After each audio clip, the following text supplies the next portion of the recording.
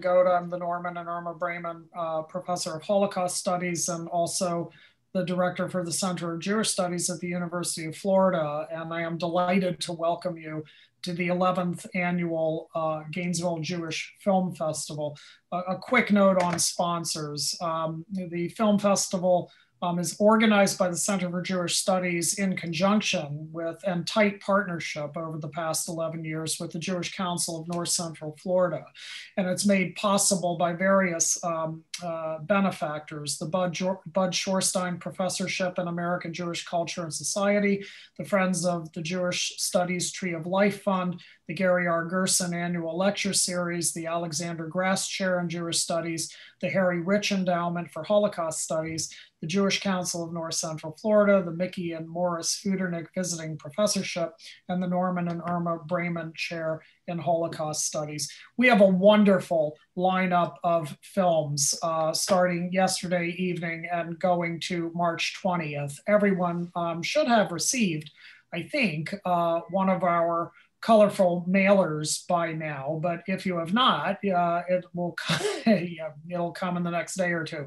Also, you have surely received the program from the Jewish Council of North Central Florida and the Chronicle. If you have not received those things, let me know or let Virginia Hersick know in the chat. And we will get you these things as soon as possible by email. Let me also remind you, because this was not immediately obvious to me, that the films are available for a window of 72 hours. Is that right, Virginia? Yeah, 72? Yes, 72 hours, which is actually better than Blockbuster used to be, if anybody remembers Blockbuster from back in the day. So this is very nice. If you have any questions about logging on or anything like that, again, send us something in the chat and we'll help you out. I want to thank a few people for making this possible. And of course, we thank them every year, but nevertheless, they are the people who make it possible. Jack Kugelmas, who goes to a great deal of work helping to, or screening the films. Gail Zachman, who screens a lot of the films. Maureen Torim, who screens a lot of the films. Dragan Kuyunzic, who screens a lot of the films. And Virginia Hersick, who is the executive director of the Jewish Council of North Central Florida and is also not only instrumental in screening the films, but also doing all of the painful logistics, live with the Hippodrome or virtual via Elevent in putting all of this together. So thanks so much to all of you. Tonight, we are discussing the film Kosher Beach, which I imagine most of you have seen, but if you haven't seen the whole thing, again, you have 72 hours to do so. And it's my privilege to introduce our discussant tonight, Dr. Patricia Sohn. Patricia Sohn is an associate professor in the Department of Political Science at the University of Florida and is also a valued member of the Center for Jewish Studies at the University of Florida.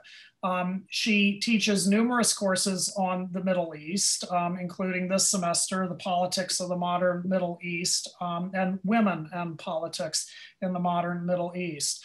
She has a special interest in gender and a special interest in religion and the politics of religion, which speak very well to the film this evening. She is the author of Judicial Power and National Politics, Courts and Gender in the Religious Secular Conflict in Israel, now in its second edition. And pretty soon, she will have an edited volume, Beyond the Death of God, Religion and in 20th Century International Politics, as well as numerous articles. If you've not done so, I urge you to have a look at her blog on her website called The Arena, People and Politics. But in any event, she is a wonderful fit to discuss the film tonight. And I will give everyone over to Dr. Patricia Sohn. Thank you very much for that introduction. I'm not sure that I can fulfill expectations from it. I have a few remarks, and then I think we can open it for discussion. As I saw it, the film Kosher Beach brings up a number of identity issues, first relating to gender, but then a number of other sorts of identity issues as well that are sort of prescient in Israel. The beach in question is in Tel Aviv, in northern Tel Aviv, next to Independence Park, which was established in 1953.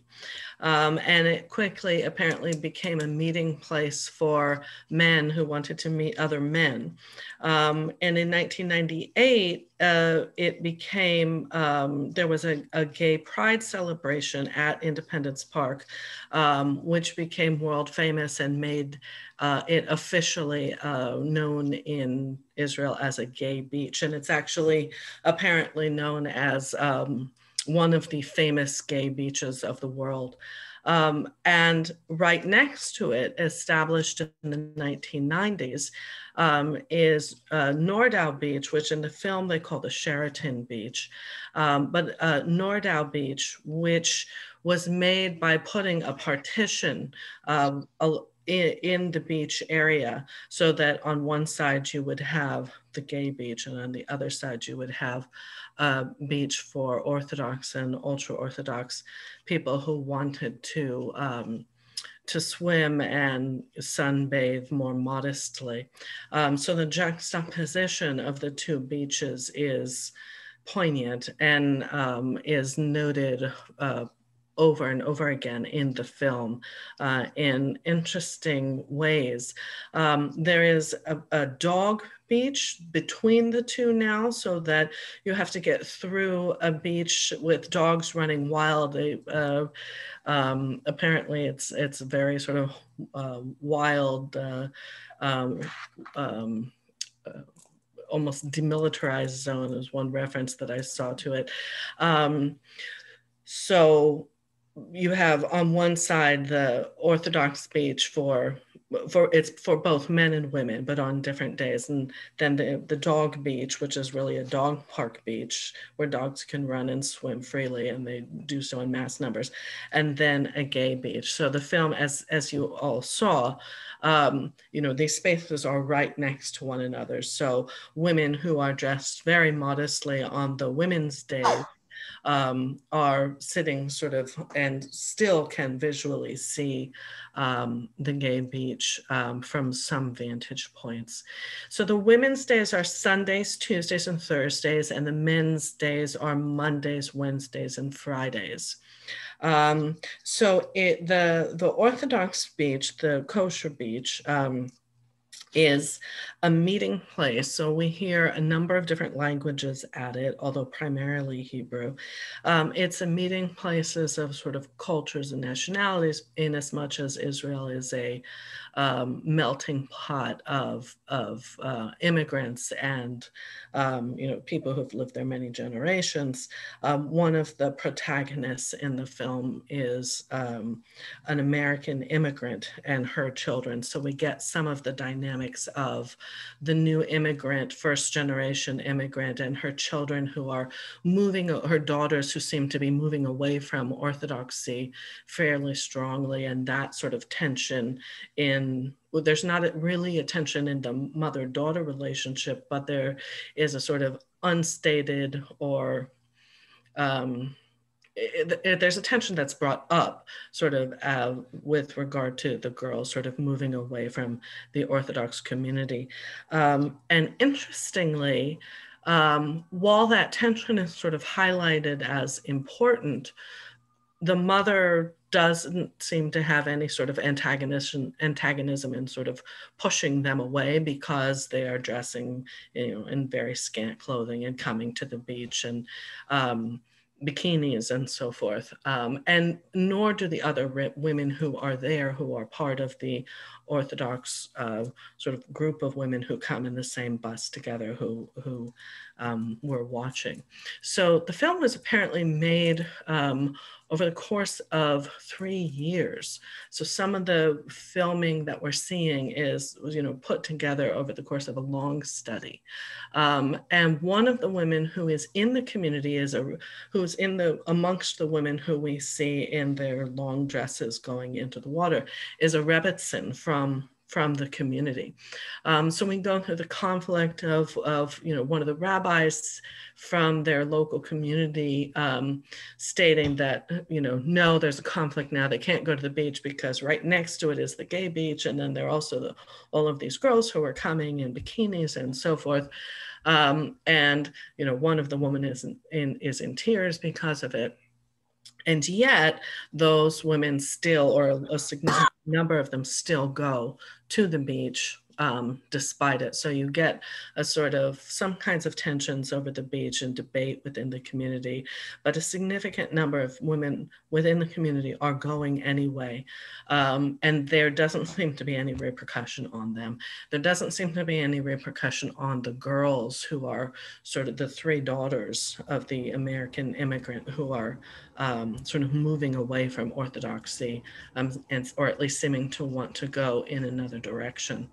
So that was interesting, I think, and worth noting that there seemed to be a softening, at least in that particular pocket of people, of those kinds of issues. The lifeguards I found really interesting. I think they were both Mizrahi and Ashkenazi, although I think several of them seemed to be Mizrahi, and they were very gracious, sort of overly gracious to the women, the Orthodox women, in interesting ways. Another point of note is that apparently some of the girls, there are several scenes in which some of the Orthodox women are making commentary on the scantily clad girls who are showing up at the beach with bikinis and Brazilian bikinis and so on and so forth. Apparently non-Orthodox girls like to go to the beach to have a place to sunbathe and swim without men bothering them. So they go to the beach and sunbathe and swim there with the Orthodox women on the women's days, which, causes some comments from the women who are the protagonists of the story. One of the things that I found noteworthy was just the extent to which the film shows the sort of multiplicity and multiculturalism in Israel, which is something that I've always noted. So you had people coming from different ethnic groups, in some cases different nationalities, as the woman who was an American, first generation immigrant. And a sort of surprising, there's sort of one reference a woman makes to, we need to, to lachzor b'tshuva, who were saying, people need to, come back to Orthodoxy. You get sort of one reference to that, as at least that I noted.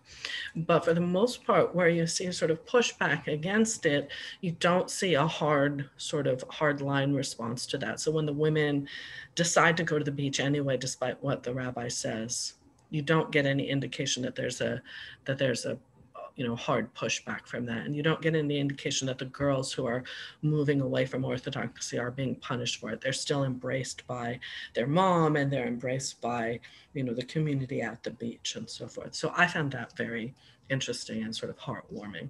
I guess with that, I'll just open it up for conversation. I was curious, Patricia, if you thought Professor Sohn, if Patricia, you thought that, please call me Patricia, Rachel. Their desire to be at the beach I couldn't tell that this had anything to do with religion, and in some ways it seemed to prove that idea that Jews get to be normal in Israel most easily. And I guess when I thought of ultra-Orthodox communities or Orthodox communities in in the US, it seemed harder to imagine their counterpart here, where they would, they would sort of seriously guard this ability to hang out at the beach, which I guess I'm saying, to me, that it actually didn't seem like a religion-y matter for them so much as a sanity. I need some time away from the stresses of home, and I deserve this, actually, and maybe some connection to nature, which is easier just to feel in warmer climate places in a way. So it felt like a very Israeli Orthodox thing that we were observing. And I wondered how uniquely Orthodox it struck you, since you're used to thinking comparatively too. Oh, comparatively, yeah. Well, I think you're right that the desire to go to the beach isn't uniquely religious. Their desire to go to the beach, they're just women who want to spend time at the beach. They live in a city that's limited, and I don't think you would want to call them cloistered, but because they obviously, can travel outside of their city. They're not housebound or anything, but they live in an Orthodox community that is somewhat secluded into itself, and they want to be able to enjoy the beach along with everyone else. And most of the beach, if you walk the length of that beach, which I'm sure we all have, it's pretty, family friendly and at some moments, and not so family friendly at other moments. So yeah, I didn't read the desire to go to the beach as religious in particular, but sort of religion and politics comes in getting the beach established and protected as a space for the word they keep coming back to in the film is modesty. So, is that woman with a Brazilian bikini modest? No, I don't think so. And there's even one comment about one of the Orthodox women's bikinis shows her legs below her knees, and that's not considered, one of the women says that's not modest.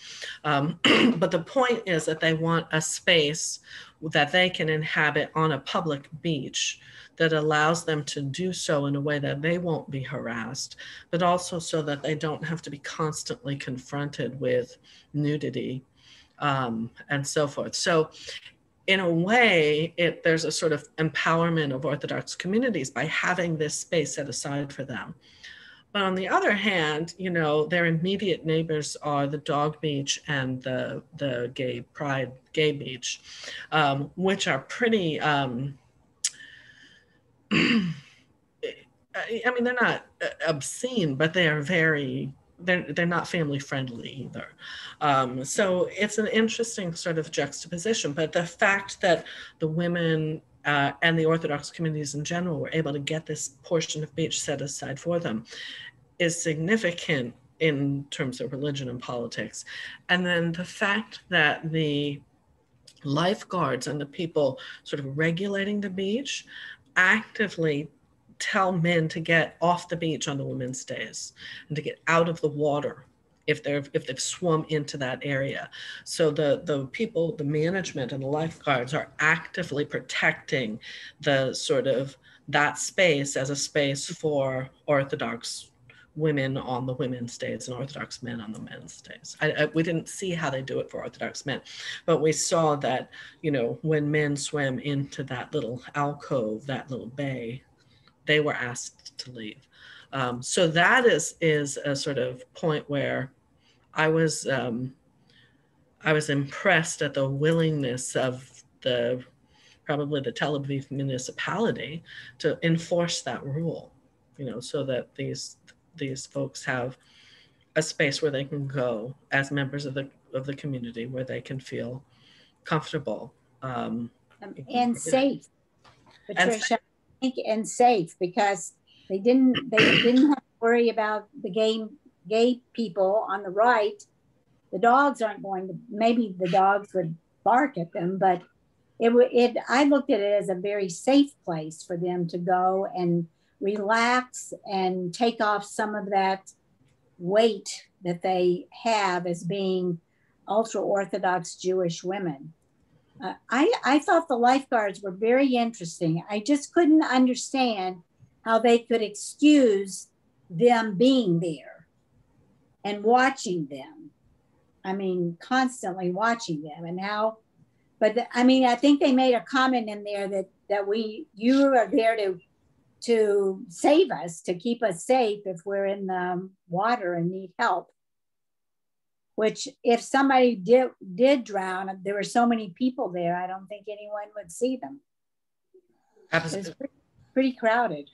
It was pretty crowded on some days. And you did see the lifeguards insist, for example, that a woman leave the water and go back to take care of her baby. So they are actively involved. It was interesting. It was interesting what you're saying, that the lifeguards were allowed to be there. Most of them dressed somewhat modestly, but not completely not by Orthodox standards. But they seemed to make a point to make friends with the women in a very sort of formal sort of way, using religious language sometimes too, very sort of, formulas of politeness in the way they sort of talked to the women and sort of kept the distance, but exchanged gifts and that sort of thing to make it sort of okay for them to be there. I don't know if you wanted to say more. Patricia, I wanted to comment on if you ever thought of the contrast between this beach and Manta Ray Beach. The Manta Ray Beach, where a lot of Arab women go to and Arab men. And it's fascinating, the similarity and the differences, that in the Manta Ray Beach, a lot of them go as families, men and women, and they're typically all dressed when they go into the water, somewhat like the women, the Jewish women, the ultra-Orthodox women. But at least in this beach, there's no Arabs there at all. And in Manta Ray Beach, I don't see any Haredim, I don't see any ultra-Orthodox Jews. So that kind of bifurcation of the beach was more than bifurcation, but the multi-frication, whatever, of the beaches is really quite fascinating. It is. I don't know much about Manta Ray Beach, but I do know that in terms of the comparative question that Rachel asked, there are also, of course, Orthodox women's days in some pool areas in New York City. So we've had that issue in the US. And in terms of sort of separated or semi-separated beaches, there are also sort of areas of the beaches around Haifa in which you get sort of a preponderance of one population or the other. There's a sort of beach in the Chof Carmel where Palestinians go, but they wear bathing suits. They're not Orthodox, and that sort of things. But I don't think that is enforced in the way that this is, as a sort of protected space. Do you want to tell us about Manta Ray Beach, Jack? Well, I know it because there's a very favorite restaurant of mine called Manta Ray Restaurant, which is right on more or less on the beach. So if you sit there and eat, you see who's coming to the beach. And as I said, the main difference I could see between them and the Orthodox beach is that the women go in fully clothed. They are not just women, there are often men around as well. And I don't see Jews. It seems to be largely Arabs and Palestinians. And I wonder about that, about this kind of distinction that people would know this is the place to go. It's funny that you don't see the note of the Brazilian bikini person going to the ultra-Orthodox beach, the kosher beach, which is fascinating, absolutely fascinating. And I think your argument makes a lot of sense, that it's a place where you can go and not be gawked at by men. And the gawking that takes place with the women, you don't care. Well, not only gawked at, but there's a sort of active cadre of guys who walk up and down the Tel Aviv beaches, hitting on women. Right. Just sort of I'm not sure. But you would never see anything like that in Manta Ray Beach. You just wouldn't. I mean, it's also, I find, intriguing. But I haven't spent enough time at the beach to really know for sure what's there, but it seems to me that that it's a preponderance is of traditionally clothed Arabs.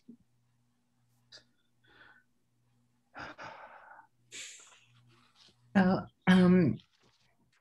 less for the gendered aspect, but in terms of the doc, I just was so delighted by this one because I loved the characters that the filmmaker picked. I loved the women on the bench and the variety in terms of generation, that, you know, conflict, but also, aside from the beach scenes being fabulous, there's this one moment where I was thinking to myself, how easy, how lucky as a filmmaker, you go to one beach and you have a subject. And not only do you have a subject, but you have a subject that functions at so many levels. I hadn't, you know, known yet that it was over 3 years, but I still thought, you know, that's not 10 and it's not a million interviews. And one of the things that I loved about it, I don't know if you noticed, it was the detail when the treasure hunter is walking around the beach, and all I could think of was, you know, this is such a tip of the hat to themselves on the one hand, because it's an easy film, and that's, I think, it's magical aspect. So yeah, I mean, I didn't really have any questions, but I did enjoy seeing it, and I have most of the, I mean, Tel Aviv Beach I know well, and I mostly know Herzliya and Netanya, and it's mixed. So often there are Muslim women who go in fully dressed, just with everyone else who is secular. And there didn't seem to be, you know, tensions. But yes, Tel Aviv Beach does have the roamers. Right. Yeah, and I don't know if they are actually sort of scamming for money, or they seem to have some sort of ulterior motive in their sort of you know, going up and down the beach and sort of trying to get girls into conversation. So it makes sense that the, you know, both the Orthodox women and, you know, young women who are not Orthodox who want to bathe in peace would go to this beach. But so apparently the film, which is directed by Karen Kainer, her initial plan was apparently to do a broader film on several of the sets of beaches in that area and have the Orthodox beach only part of the film. And when she started filming and interviewing people, she found that the women were such a interesting subject that she ended up focusing just on that for 3 years. And that's why I think that amount of time in location is probably contributes strongly to it being such a sort of evocative and feeling like a really sort of nuanced kind of film. And we really seem to get an appreciation for, you know, some of the women who are going to this beach no matter what. Yeah, I thought it was a great choice. And, you know, finding the gem on the beach was just, you know, fabulous, sort of looking for the treasure right there. I liked the film the first time I saw it, and I wanted it to be in last year's film festival, but I forgot about it. And then when Virginia showed me the final layout of the program, I said, "What happened to Kosher Beach?" But we didn't have any space for it. I really felt very unhappy about that. I thought it's a good film, and it's nice how you can pick a subject like that and tell the whole story. You know, you would think it would be very difficult to do, but I found it very compelling. I know Norm didn't. It's like, I like the surfer. I mean, it's just a comment, and it's a stupid comment, but I like the surfer because you remember that kid who took his surfboard onto the beach and they told him to get lost, and he just sort of ignored them and walked into the water. But you know, surfers go where the waves are. You know, they don't care whose beach it is or who is there on any given day. They just sort of go wherever the waves are better that day. And you know, it was just a nice juxtaposition that you had this guy saying, well, this is nature, you know, it sort of belongs to everybody. There are no boundaries, and, you know, really not listening to the lifeguards one way or another, and not getting into an argument with them, just sort of walking into the water and doing his thing. I thought it was an interesting image. I think what you're saying is also really important, because in terms of an anthropology of beaches, on the one hand, you had the divisions of the beaches according to gender and sexual orientation, whatever. But the other is the ways in which people could transgress those boundaries based upon their sense of ownership of the water. And the lifeguards themselves were saying that this is great. The waves are going to make someone come out like this, and it's to me it's a very intriguing comment. But it's usually the surfers who are so territorial. I mean, if you go to certain surfer beaches and you don't belong there, you'll take a surfboard in the teeth. And this is, yeah, I don't know if it's that way in Israel or not. I mean, it's more of a California thing. But you know, this was just the opposite. I don't know if he was meant to symbolize anything other than a kid who was just in the way. But you know, he just seemed to symbolize the opposite thing. Anyway, in terms of transgressive moments, the moment where the girls in the bikinis and shorts were singing and banging on the wall actually really surprised me. Because, you know, and I don't know if it's because it's Tel Aviv, it's more relaxed, but certainly on my bus route, that wouldn't have happened, that there would be no response. And there was no response. I mean, not one that I would have expected. Also just expected in terms of if they are yeshiva boys on the other side, as a response to them in bikinis. So that was really surprising, given just the things that you see in the street when someone is improperly clothed in Jerusalem. I agreed with that, and I think those three girls were the three daughters of the American woman immigrant, and so in some ways they were getting a pass because their mom was in the Orthodox section bathing, you know, swimming. But we saw footage of other girls as well walking around in bikinis who were not those three girls who were her daughter. So there seemed to be a lot of allowance of people to walk by on the Midrachov, as long as you weren't going out into the separated beach area. Not just the clothing, but they were banging on the wall. They were actually trying to provoke, and didn't, from what I saw, you know. Well, they were singing, and the singing, you know, also correct to provoke, because the yeshiva bochers would be very disturbed by hearing women's voice. Yeah.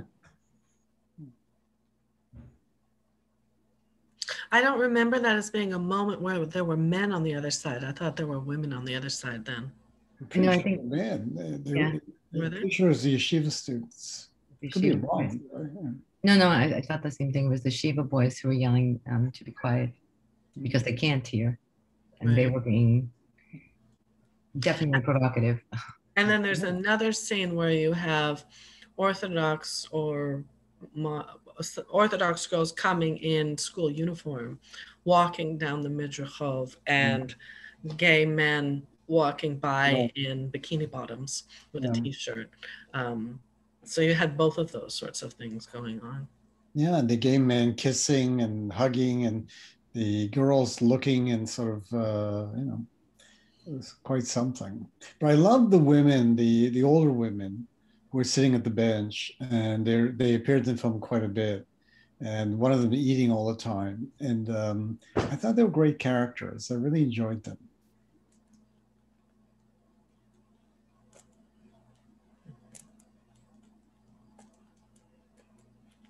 They were the ones commenting on the Brazilian bikini. Oh, those two women, right? And one of those two was the Rebbitzin in the end. Right. When they gave the credits, then they called her Rebbitzin and her name. So that was interesting too. That that among the women who chose to go to the beach, even with the it's one of the rabbis, but even with one of the rabbis critiquing the beach, one of the women who chose to go to the beach anyway was a Rebbitzin. So that was very interesting in and of itself.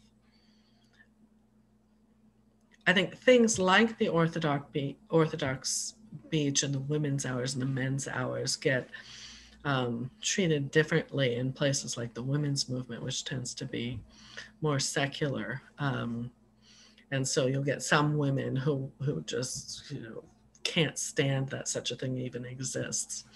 And then other women who sort of think it's sweet that, and a sort of, artifact of women's empowerment that they can choose, that the municipality would, carve out that space for them in the way that they wanted it. But I think for the most part, you get more sort of critiques of it. Although within the, Orthodox women's movement, would be supportive of it. And it's established in the 1990s when groups like Emunah were very active. So in the Tel Aviv area. So.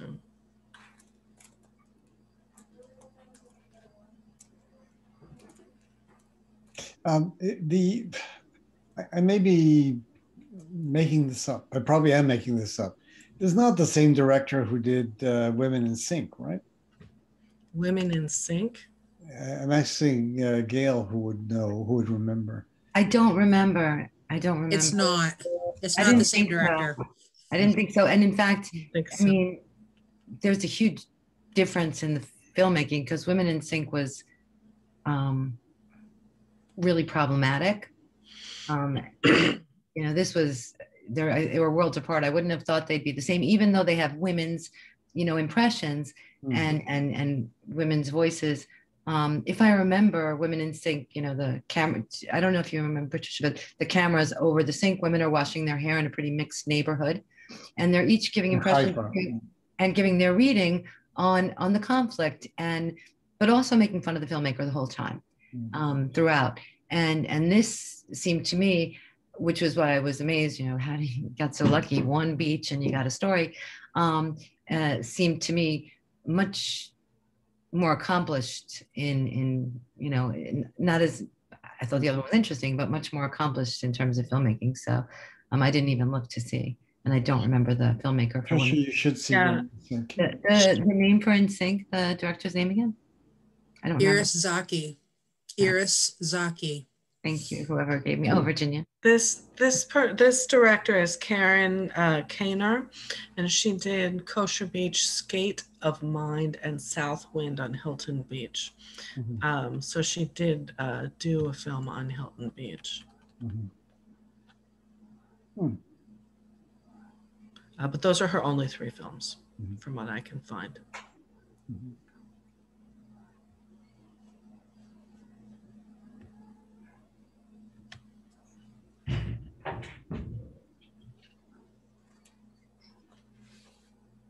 Does anybody else have any comments or remarks about the film? I'm always intrigued how people thought about the film, whether people liked the film or disliked the film. It grew on me. Sorry? It grew on me. Who said that? Norm said I it. said that. Norm said the film grew on me. Okay. Yeah. I like the scenes, and I really enjoyed the characters. I loved the women on the bench. And the one young girl was on the beach who was just extraordinarily articulate about her own boundaries. I thought was interesting, in comparison. And they were interesting because they also sort of crossed borders. The mother was an interesting character as well. Absolutely. Yeah.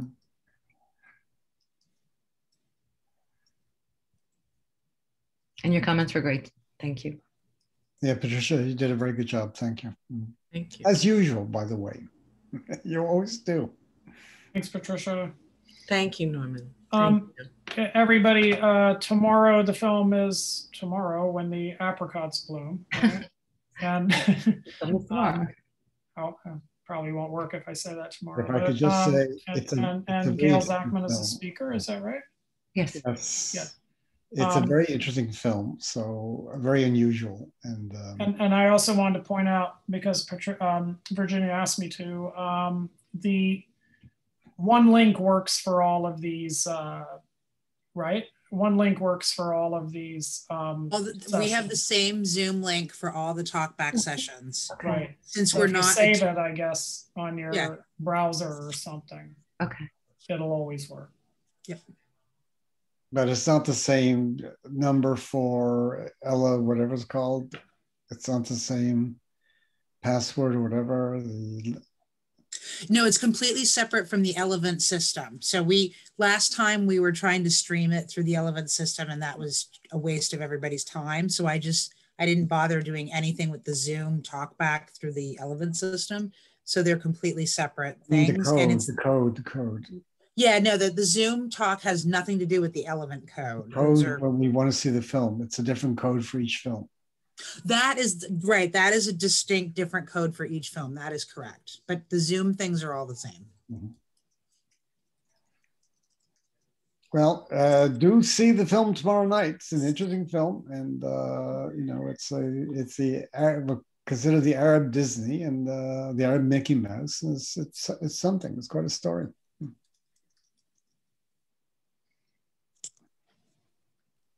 Well, thank you very much. Right. Have a good one. Thank See you you. tomorrow. Thank you, everyone. Thank you, Virginia. It was a great movie to get the opportunity to watch. Oh, and and I thought it was awesome that it was on International Women's Day, although we didn't plan that, but that was a great offering for today. So, yeah. Yep. So we'll thank Jack on that one. Jack was insistent that we get this one, and it was good. It took me 2 years to get this film in. Yes. It was very interesting. Yeah. Okay. Good night, everybody. Good night. Bonne